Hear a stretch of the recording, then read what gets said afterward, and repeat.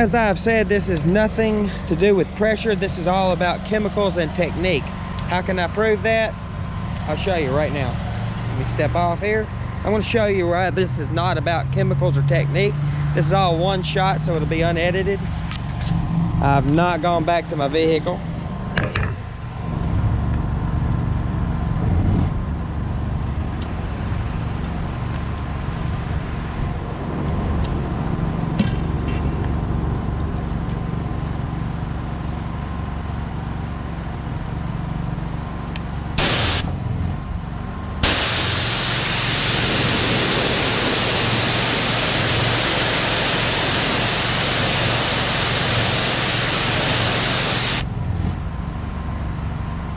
Clean you off. That gives you an idea.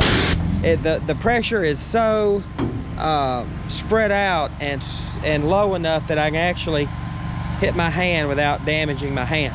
If you have your pressure washer all the way up and you're throwing 2,000 or 3,000 psi on wood, well, it's going to damage your hand. If it's not going to damage your hand, it's less likely to damage the wood. Can you damage the wood?